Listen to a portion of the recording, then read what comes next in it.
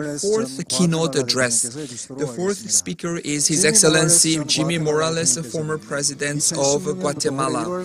He served as President of Guatemala from 2016 until this year. During his time as President, he supported Guatemala's economic growth and national development. In December of last year, he played an important role as the host of the Latin America Summit, and also at the World Summit 2020 this year, he gave an amazing speech during the General Assembly of the International Summit Council for Peace. Ladies and gentlemen, let us welcome His Excellency President Jimmy Morales with a warm round of applause.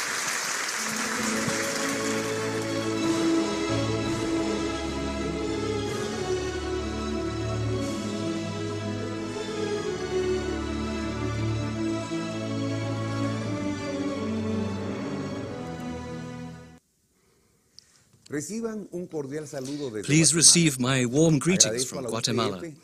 I thank the UPF and its founder, the Honorable Mother Moon, for her kind invitation to participate in this International Summit Council for Peace Rally of Hope.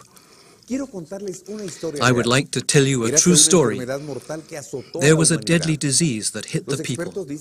Experts said it started in the East and then spread throughout the world. There was panic in the streets, and governments did not know what to do. So they began to cancel events, suspend activities, and close cities. The economy collapsed, and people realized the fragility of humanity. How familiar does this story sound to you?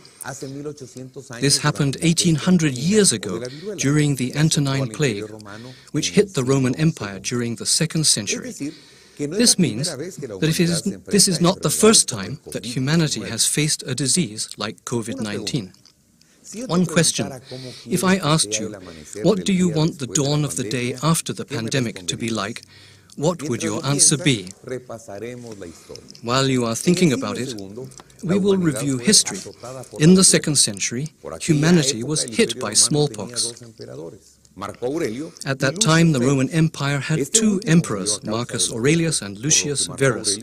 The latter died from the plague, so Marcus Aurelius had to rule alone from that moment on.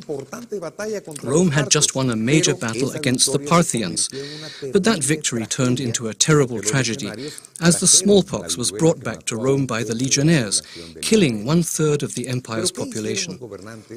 But what did the rulers and the citizens of those times do to successfully overcome this scourge? First, it is said that isolation in their houses and cities worked, but they realized that it was a temporary solution, because economic activity had to continue. So they arranged that people could travel to other cities on condition of waiting 40 days in isolation before entering a city to carry out activities. And that is precisely where the term quarantine comes from. The second thing they did is that they called the best professionals. Emperor Marcus Aurelius, for example, called Galen, the best doctor of the time, to lead the fight against the smallpox. The third thing they did was that Marcus Aurelius redirected the budget of the empire. History shows that at that time, Rome did not invest in civil works, and the budget was instead allocated to help the most vulnerable.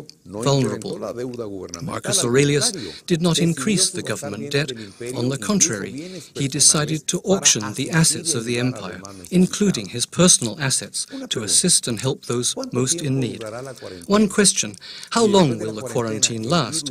And after quarantine, will the virus have disappeared? Obviously not. Then we had better appeal to people's intelligence so that they will preserve the means of coexistence and thus preserve their life and health. Because, as dangerous as a disease is, it is not through running away from it that it will disappear. Emperor Lucius Verus fled from Aquileia during the smallpox plague, but died anyway because the disease caught up with him. This brings to mind the question of a couple who are asking themselves 2 simple questions. How long will you stay with me? Do I prepare coffee, or do I prepare my life? Smallpox, which plagued humanity in the 2nd century, was not eradicated until the 20th century. We may have the coronavirus with us for a long time yet, and yes, we must attack it, but also we must learn to live with it. In order to reach my conclusion, I will quote Marcus Aurelius one last time. He said, "Adapt yourself to the things among which your lot has been cast, and love sincerely the fellow creatures with whom destiny has ordained that you shall live."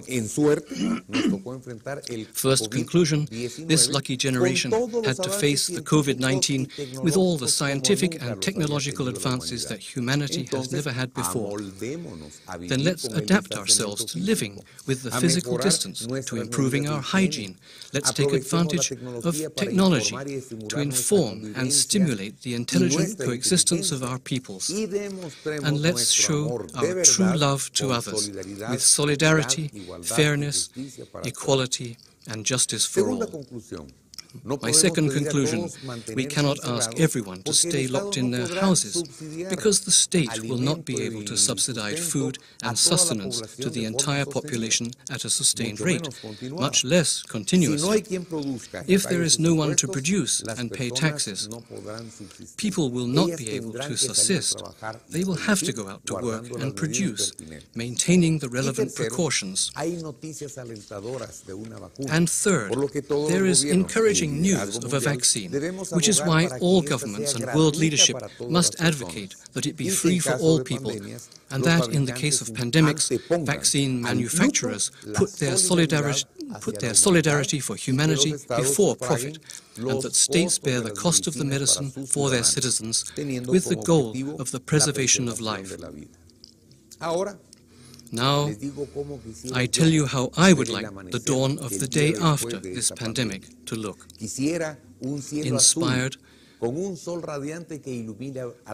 Inspired by Mother Moon's autobiography, I would like a blue sky with a radiant sun that illuminates the whole of humanity, giving hope of life to children, young people, and the elderly.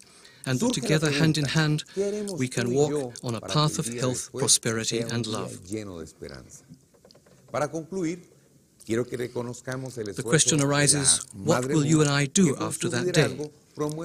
To conclude, I want to acknowledge the effort of Mother Moon, who with her leadership promotes peace, family, and the integration of the world, with the message of united families based on love and fidelity. It is meritorious to recognize that in this difficult time of a pandemic, when everything has stopped, Mother Moon is leading this international summit and rally for peace based on interdependence, mutual prosperity, and universal values, hoisting the banner of the family and under the blessing of God.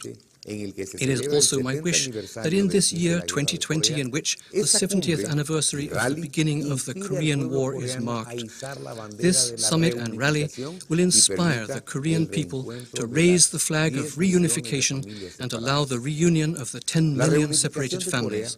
The reunification of Korea would undoubtedly be the beginning of the restoration of peace in Northeast Asia and a good model for the actualization of world peace. Thank you very much for your attention. To UPF and the Honorable Mother Moon, thank you very much for your invitation to participate in this International Summit for Peace.